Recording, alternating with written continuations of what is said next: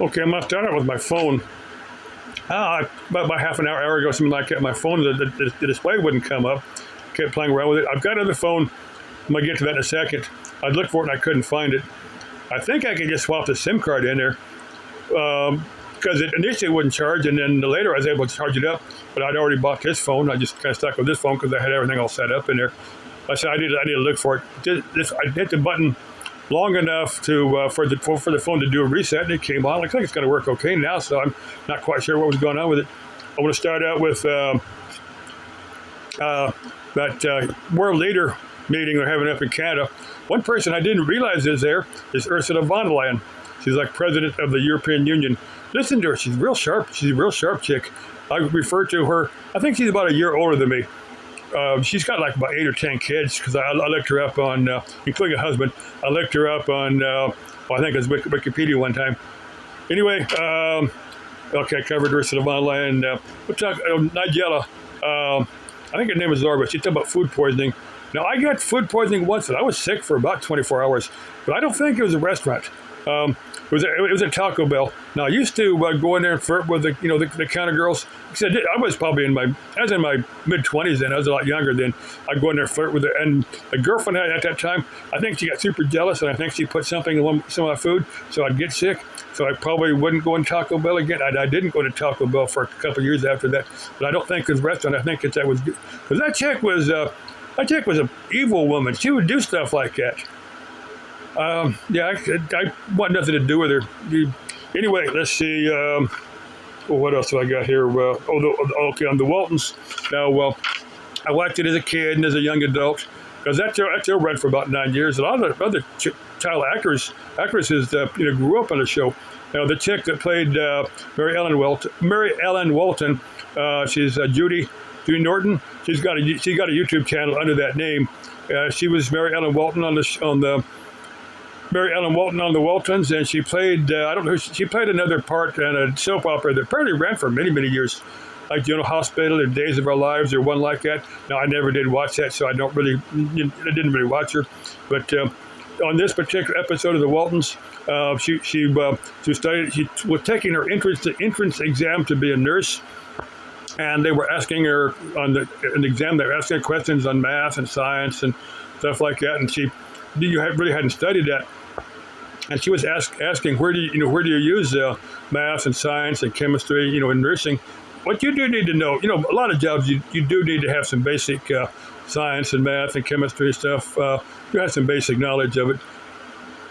Now, doing electrical work, doing air conditioning work, it does require some basic basic math. Not, I don't really use any algebra. Like Ohm's law, E over IR.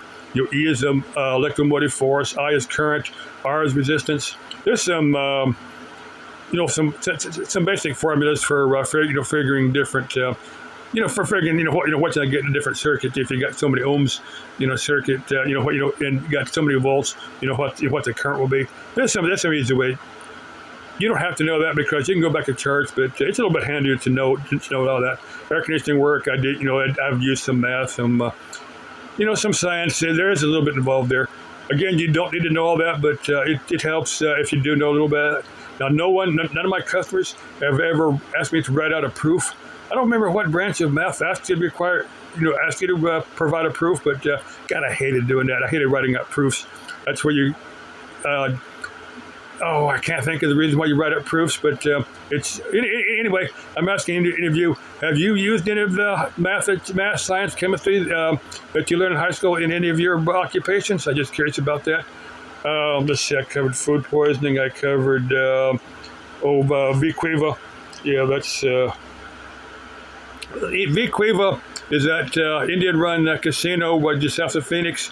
Now, if you're interested, you can get off like Interstate 10 or Highway 85, take 51st Avenue, and just keep heading south, and eventually you run into this place. It's maybe 8, 10, 12 miles south from Interstate 10, something like that. I'm sure there's probably I haven't been on 10 in a long time, but I'm sure there's a big old sign that says says VQuiva this way. I think there is. Or if you type VQuiva on Google Earth, it'll probably come up. But anyway, if I go down there, I'll probably do it maybe like on a Saturday afternoon or Sunday afternoon. That way, if somebody calls me on a job, I can say, look, this is late in the day. I'm you tied up on something else. I'll catch you early in the morning. I'll probably do something like that if I make it out there. I may not. I don't know. I was at that one up in this House of Surprise. I think it's in Waddell. That's I don't remember that's like Desert Diamond Casino, something like that. I think that's the name of it. But I think it's actually the it's on a piece of Indian land. It's kind of in the middle of Waddell. I think that's the deal. They can't legally. That's the only way the Indians can legally put a casino if it's on their land. Private piece of property that you can't legally run a casino. But even then, the tribes get together and they agree to, because they had one tribe here in the state that just turned it down. They said, no, we don't really want that. I don't remember who it was, but anyway, that one I caught that on the way back from that waterfall hike. I don't understand those machines. I don't understand quite how to bet on them. That one on Vequeva, I was probably busy 24 hours a day. It's probably 2 o'clock in the morning. There's probably some little old lady feeding nickels in the nickel slot machines. Now that Desert Diamond, there really wasn't too many people in there, but that one hasn't been open maybe about 6 months or something like that. Like I said, if I go down there, I'll probably go down there, Saturday or Sunday. I may luck out and have some chick want to go down there with me. Okay, let's see. I think I've covered everything. Love you. Bye-bye.